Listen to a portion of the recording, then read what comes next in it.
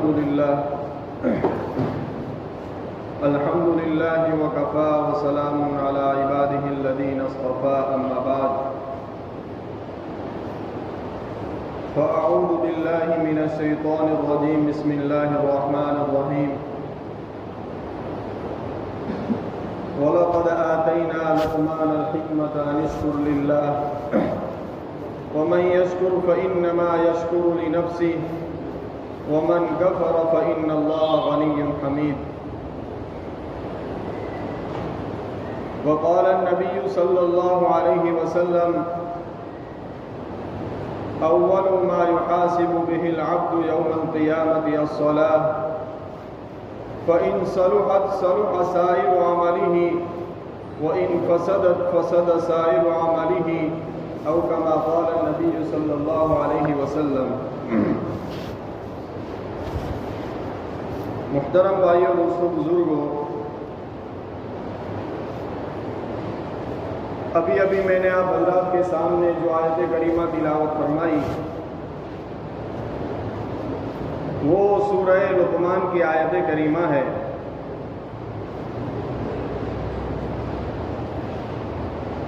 اس آیت کریمہ کی تفسیر میں سبحان الہند حضرت مولانا احمد سعید دہلوی رحمۃ اللہ علیہ نے حضرت لقمان کا عجیب و غریب ایک قول نقل فرمایا ہے۔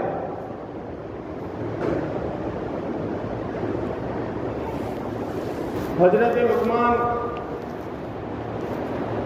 یہ اصل میں افریقہ کے رہنے والے تھے،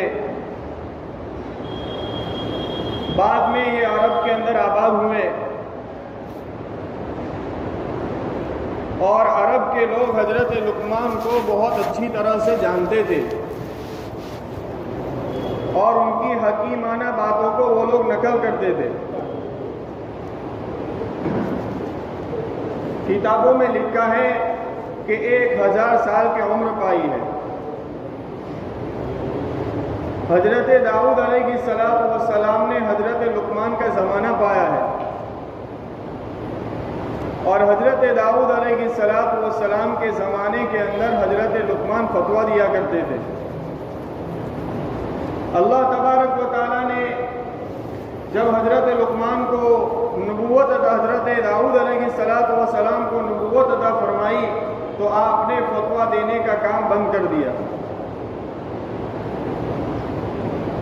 بالکل سیاہ فام تھے، ظاہری شکل و صورت بھی بہت اچھی نہیں تھی۔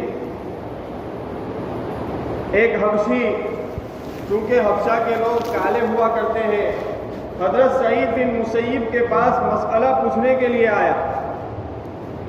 حضرت سعید بن مسیب نے اس آنے والے حبشی جو کالے کلوٹے تھے ان کو تسلی دیتے ہوئے یہ بات ارشاد فرمائی کہ آپ کو آپ کے کالے ہونے پر غم نہیں ہونا چاہیے، اس لیے کہ دنیا کے اندر 3 کالے ایسے گزرے ہیں جنہوں نے بہت بڑا مرتبہ پایا ہے، بہت بڑا مرتبہ پایا ہے۔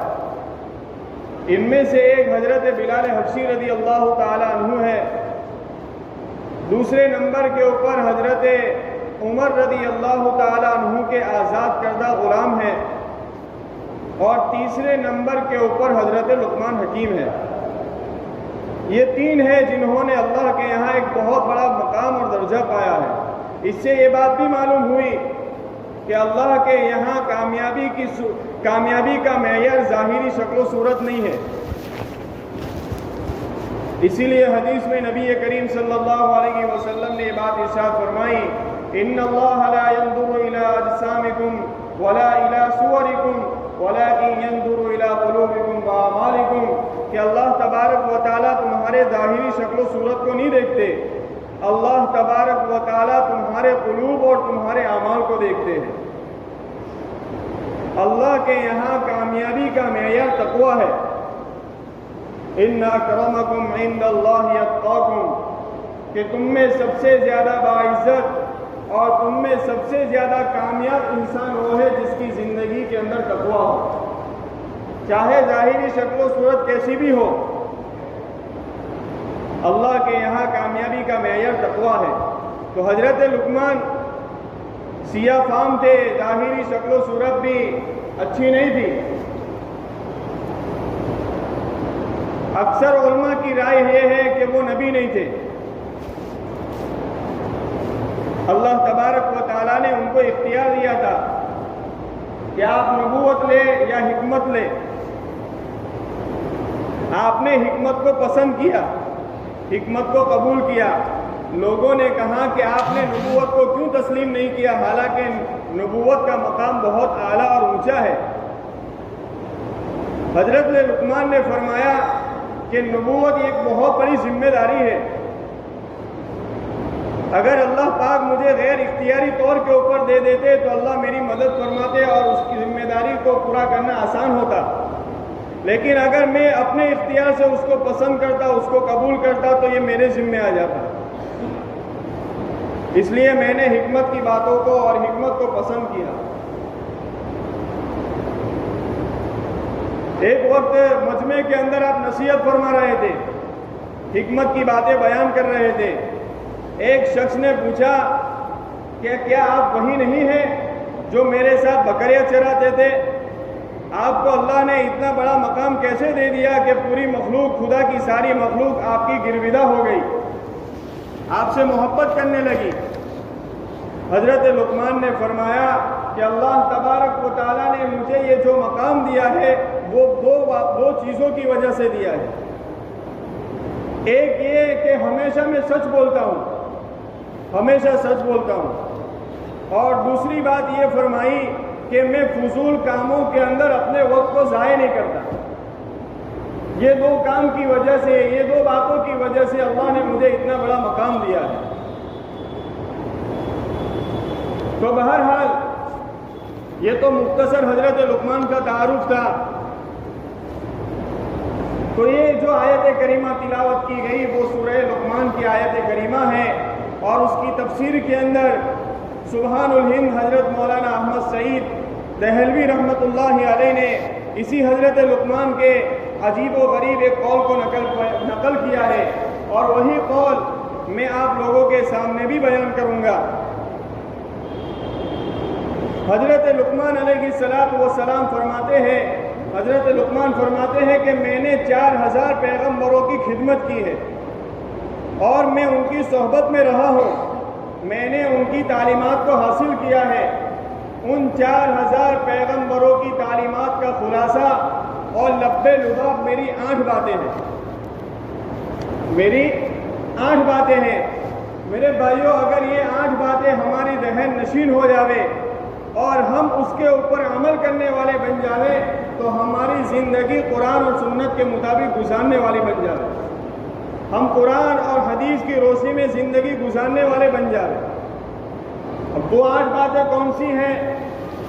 تو سب سے پہلی بات یہ ہے جو حضرت لقمان نے 4000 پیغمبروں کی صحبت میں رہ کر حاصل کی۔ سب سے پہلی بات یہ ہے کہ جب تم نماز کی حالت کے اندر ہو اپنے دل کی حفاظت کرو، پہلی بات۔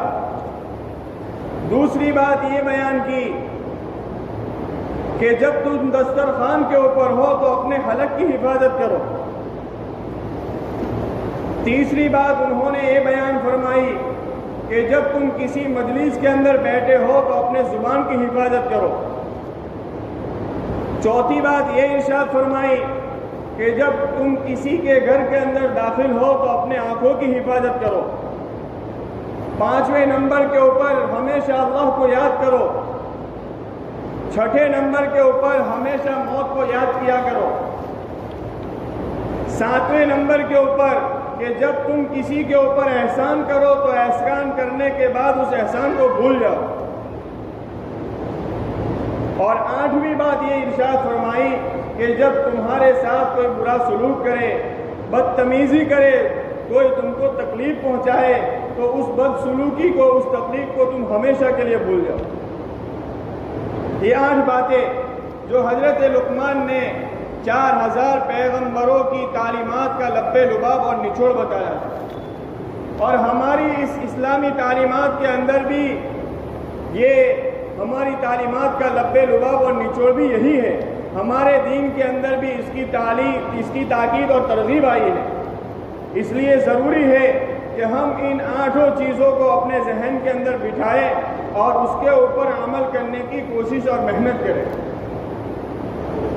تو سب سے پہلی بات کہ جب تم نماز کی حالت کے اندر ہو تو اپنے دل کی حفاظت کرو۔ سب سے پہلی نصیحت، سب سے پہلی بات۔ اور نماز یہ اسلام کا اہم ترین رکن ہے۔ اسی نماز کے ذریعے آدمی اللہ کی رضامندی کو حاصل کرتا ہے، اللہ کا قرب حاصل کرتا ہے، اور یہ ایمان کی علامت ہے، مومن ہونے کی علامت ہے۔ کوئی بھی آدمی نماز کی پابندی کے بغیر اللہ کی رضامندی کو، اللہ کے قرب کو حاصل نہیں کر سکتا۔ اگر کوئی انسان نماز کو چھوڑ کر دوسرے ارکان کو ادا کر رہا ہے تو یہ اس کے ایمان کی علامت نہیں ہے۔ ایمان کی علامت یہ ہے کہ آدمی نماز کی پابندی کرے۔ اسی لیے حضور صلی اللہ علیہ وسلم کے زمانے کے اندر کسی منافق کی بھی یہ ہمت نہیں ہوتی تھی کہ وہ نماز کو چھوڑ دے۔ منافق بھی نماز کے پابند تھے، اور یہی نماز کی بنیاد کے اوپر ان کے فتنوں کے اوپر پردے پڑے ہوئے تھے۔ کوئی مخلص صحابی بھی اس بات کو نہیں جان سکتا تھا کہ کون اس کے اندر منافق ہے، کون مخلص ہے، نہیں جان سکتا۔ دلوں کا حال تو اللہ جانتا ہے، لیکن حضور کے زمانے کے اندر بھی منافق نماز کے پابند تھے۔ اس لیے ہمیں بھی چاہیے کہ ہم نماز کی پابندی کریں، نمازوں کا اہتمام کریں۔ اللہ تبارک و تعالیٰ نے قرآن پاک کے اندر 30 مقامات کے اوپر نماز کو قائم کرنے کا حکم دیا ہے۔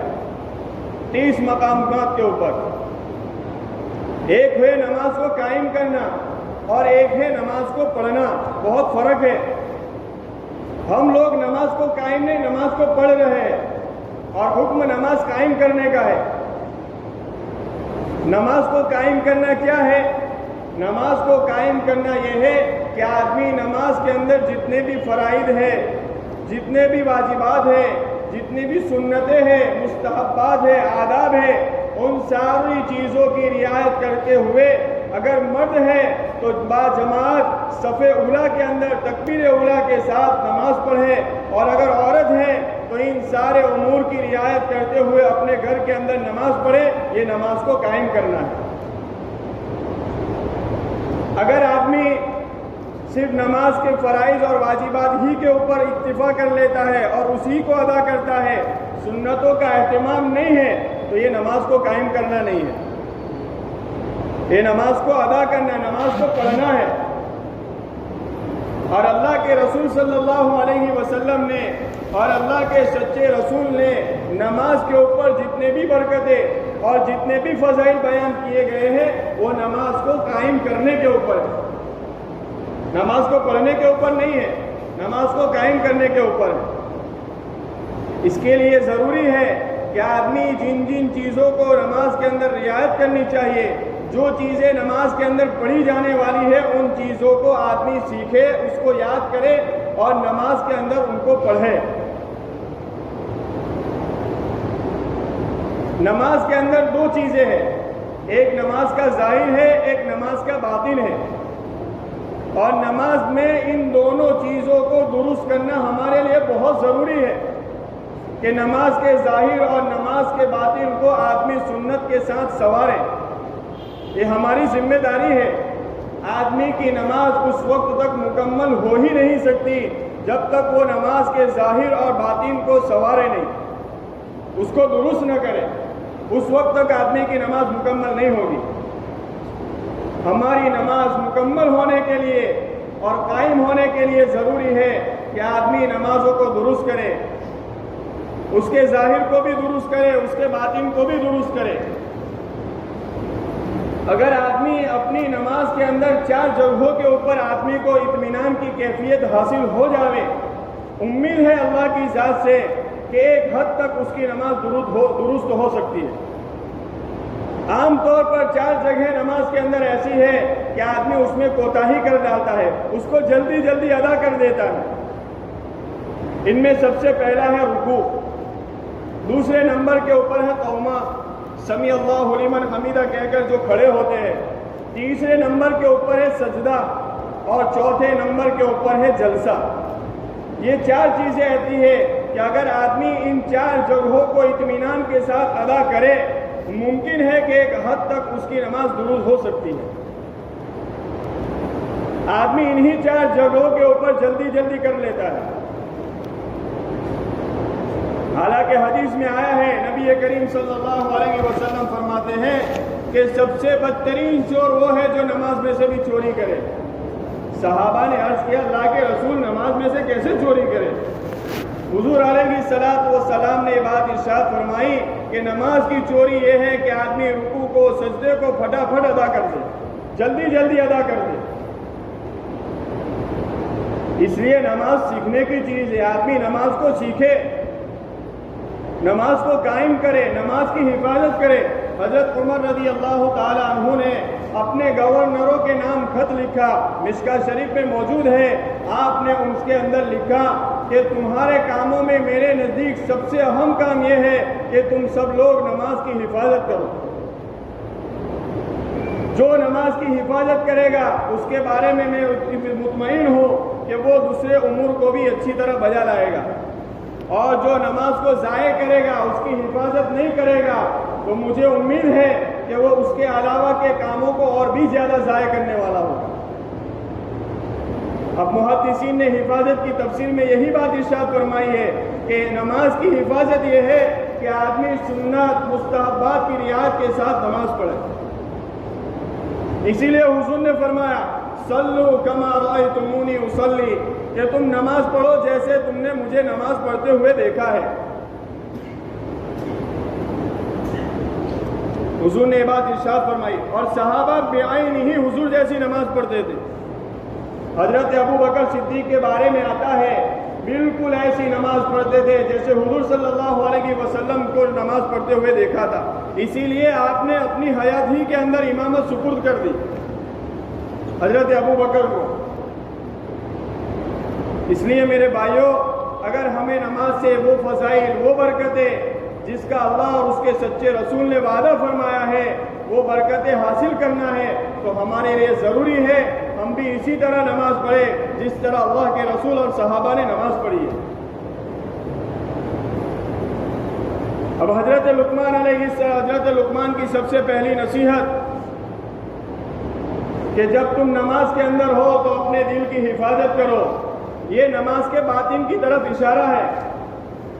حقیقت تو یہ ہے کہ جس طرح ہمارے نماز کا ظاہر درست نہیں ہے، اسی طرح ہمارے نماز کا باطن بھی درست نہیں ہے۔ بسا اوقات آدمی نماز کے لیے نیت باندھتا ہے، اور جیسے ہی نماز شروع کرتا ہے اس کا دل و دماغ اس طرح غائب ہو جاتا ہے کہ بسا اوقات بعض مرتبہ پوری نماز ہو جاتی ہے، لیکن آدمی کو یہ خیال تک نہیں آتا کہ میں نماز میں ہوں۔ جب آدمی سلام پھیرتا ہے تب پتہ چلتا ہے کہ نماز ختم ہو گئی۔ اسی لیے کبھی کبھی آدمی کو رکوع رکعت کے اندر شبہ پیدا ہو جاتا ہے کہ میں نے کتنی رکعتیں پڑھی اور کتنی باقی ہے۔ یہ نماز سے غائب ہونے کی دلیل ہے، اور یہ باطن کی خرابی ہے، یہ باطن کی خرابی ہے۔ اس خرابی کو دور کرنے کے دو طریقے ہیں، اس خرابی کو دور کرنے کے دو طریقے ہیں۔ ایک تو یہ چیز ہے کہ آدمی کو نماز کے اندر غیر اختیاری خیالات آتے ہیں، غیر اختیاری خیالات۔ اب جو غیر اختیاری خیالات آتے ہیں اس کے بارے میں یہ بات ذہن نشین کر لینی چاہیے کہ یہ خیالات کبھی بھی بند ہونے والے نہیں ہیں، اور اس کے بند ہونے کا کوئی راستہ بھی نہیں ہے۔ اور دوسری بات یہ ہے کہ آدمی نماز کے لیے جیسے ہی نیت باندھے، سلام پھیرنے تک نماز کے اندر اپنے دل و دماغ کو متوجہ کرے۔ یہ آدمی کے اختیار میں ہے، یہ اختیاری کام ہے۔ لیکن ہمارا معاملہ کیا ہے؟ جو چیز غیر اختیاری ہے اس کے پیچھے ہم لگ جاتے ہیں، جو چیز غیر اختیاری ہے اس کے پیچھے لگ جاتے ہیں اور اس کا رونا روتے ہیں، حالانکہ اس کا تو ہمیں مکلف بھی نہیں بنایا گیا۔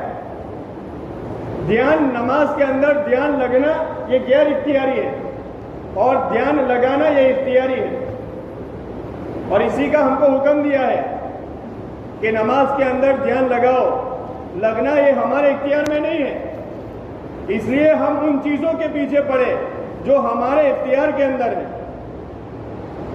بلکہ بعض بزرگوں نے لکھا ہے کہ ایک آدمی نماز پڑھ رہا ہے، نیت باندھی، سلام پھیرنے تک وہ پوری نماز کے اندر 1 منٹ کے لیے نماز سے باہر غائب نہیں ہوا، پوری نماز اس نے توجہ کے ساتھ اللہ کی حضوری کے ساتھ پڑھی۔ اور ایک آدمی ہے، دوسرا آدمی ایسا ہے کہ وہ آدمی جیسے ہی رکعت باندھتا ہے، سلام پھیرنے تک اس کا دل و دماغ بھٹکتا رہتا ہے، لیکن وہ آدمی محنت کرتا ہے، مشقت کرتا ہے، اور وہ آدمی اپنے دل و دماغ کو نماز میں متوجہ کرتا ہے۔ تو فرمایا کہ یہ دونوں آدمی ثواب میں برابر ہے، ثواب کے اعتبار سے، بلکہ بعض لوگوں نے لکھا ہے کہ یہ دوسرا آدمی پہلے سے ثواب میں بڑھ جائے گا، کیونکہ اس کے لیے مجاہدہ ہے، مشکل ہے، یہ مجاہدے سے مشکل سے گزر رہا ہے، یہ دھیان بھٹک رہا ہے، پھر بھی نماز کی طرف متوجہ کر رہا ہے۔ تو جو چیز ہمارے اختیار کے اندر ہے ہم اس کو کریں، غیر اختیاری چیزوں کے اوپر نہ پڑے۔ اب جو نماز کے اندر خیالات آ رہے ہیں اس کو دور کرنے کے لیے ہمارے بڑوں نے چند صورتیں بتائی ہیں۔ اب جس کے لیے جو صورت سہولت والی ہو اس کو وہ اختیار کرے۔ سب سے پہلی صورت یہ بتائی کہ ان خیالات کو دور کرنے کا ایک صورت تو یہ ہے کہ آدمی جیسے ہی نماز کی رکعت باندھے تو یہ تصور کرے کہ میں اللہ کو دیکھ رہا ہوں، میں اللہ کو دیکھ رہا ہوں۔ جیسے ہی ذرہ برابر دل و دماغ نماز سے ہٹے فوراً یہ تصور کرے کہ میں اللہ کو دیکھ رہا ہوں۔ ایک صورت تو یہ ہے۔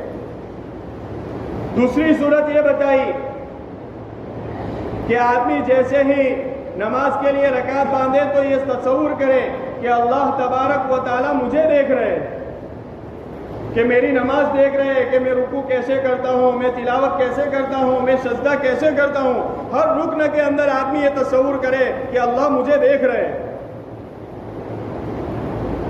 تیسری صورت یہ بتائی کہ نماز کے اندر جتنی بھی چیزیں پڑھی جانے والی ہیں آدمی ان پڑھی جانے والی چیزوں کے معنی اور مطلب کے اوپر غور و فکر کرے۔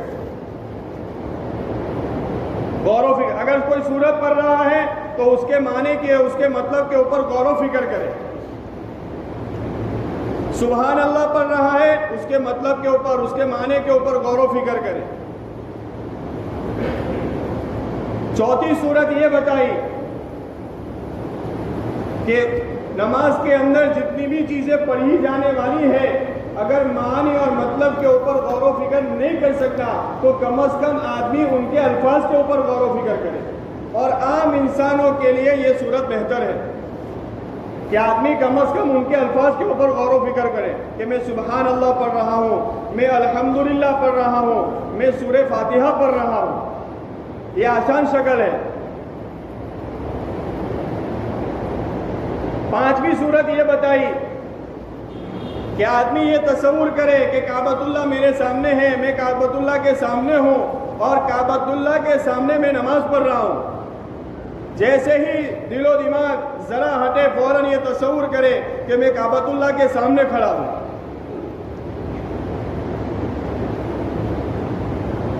اور چھٹی صورت یہ بتائی کہ آدمی نماز کے اندر جتنے بھی ارکان ادا کرتا ہے ہر رکن کے وقت یہ تصور کرے کہ میں رکوع کر رہا ہوں، میں سجدہ کر رہا ہوں۔ سجدے میں جائے تو یہ تصور کرے کہ میں سجدہ کر رہا ہوں، رکوع کرے تو یہ تصور کرے میں رکوع کر رہا ہوں۔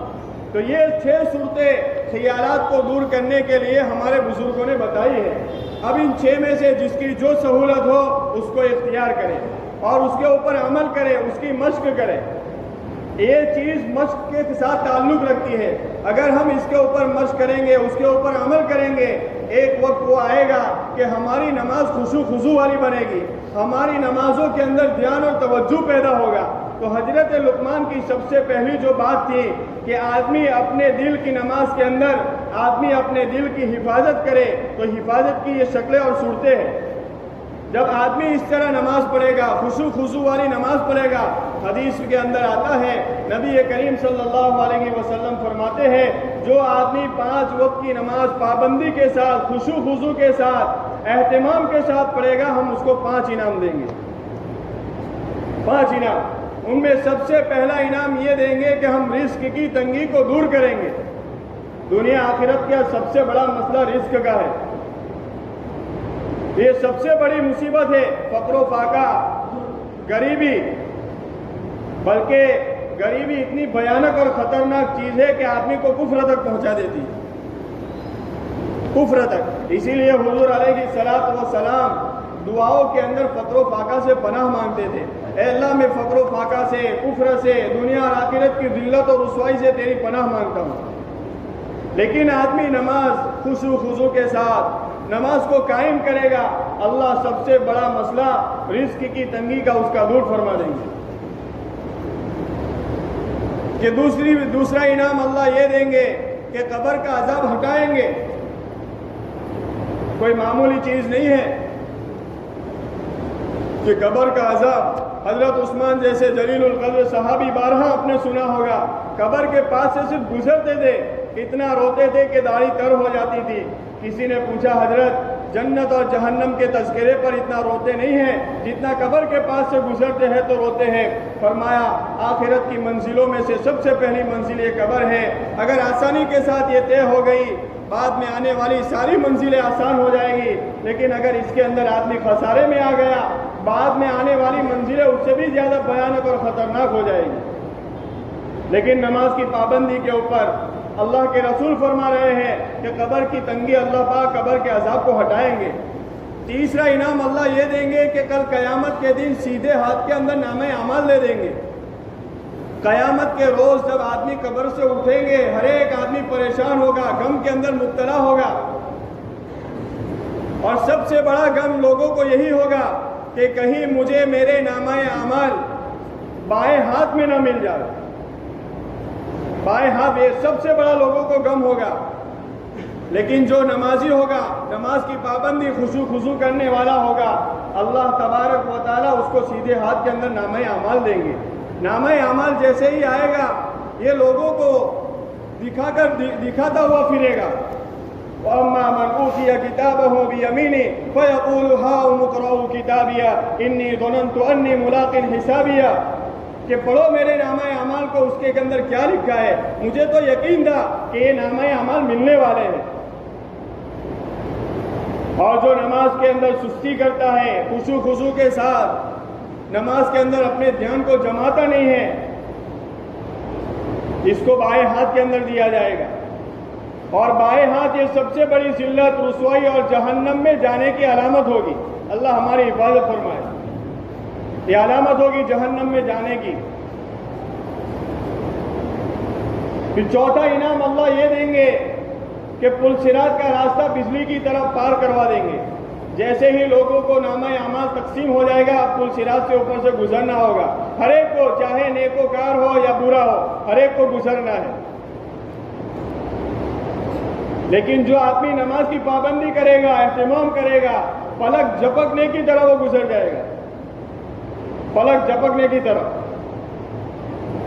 اور جو دوزخی ہوگا، دوزخ کے اوپر پل صراط ہے، سامنے جنت ہے، جو دوزخی ہوگا وہ پل صراط ہی سے دوزخ کے اندر چلا جائے گا، اور نمازی ہوگا وہ پلک جھپکنے میں گزر کر وہ جنت کے اندر داخل ہو جائے گا۔ اور پانچواں انعام اللہ یہ دیں گے کہ بغیر حساب کتاب کے اس کو جنت میں داخل فرمائیں گے، اس کا حساب و کتاب نہیں لیں گے۔ ہر آدمی اس سے ڈرتا ہے، اور اگر اللہ نے کسی کا حساب لے لیا، کون ہے جو اللہ کو حساب دے؟ اگر آدمی نے دنیا کے اندر جتنی بھی نعمتیں دی ہیں ان ساری نعمتوں کو چھوڑیے، اگر ایک گلاس پانی کا اللہ نے حساب لے لیا آدمی خسارے اور نقصان میں آ جائے گا۔ لیکن نماز کی پابندی کے اوپر اتنے بڑے بڑے وعدے رکھے ہیں، تو حضرت لقمان کی سب سے پہلی نصیحت یہ ہے، جو انہوں نے 4000 پیغمبروں کی صحبت میں رہ کر حاصل کی، جن کا لب لباب انہوں نے 8 چیزوں میں بتایا، ان میں سب سے پہلی چیز یہ تھی کہ جب تم نماز کے اندر ہو اپنے دل کی حفاظت کرو۔ اللہ تبارک و تعالی ہم سب کو نماز کی حالت میں ہمارے دلوں کی حفاظت کرنے کی توفیق عطا فرمائے۔ اللہ پاک ہم سب کو خشوع خضوع والی نماز پڑھنے کی توفیق عطا فرمائے۔ دوسری نصیحت جو حضرت لقمان نے بیان کی کہ جب تم دسترخوان کے اوپر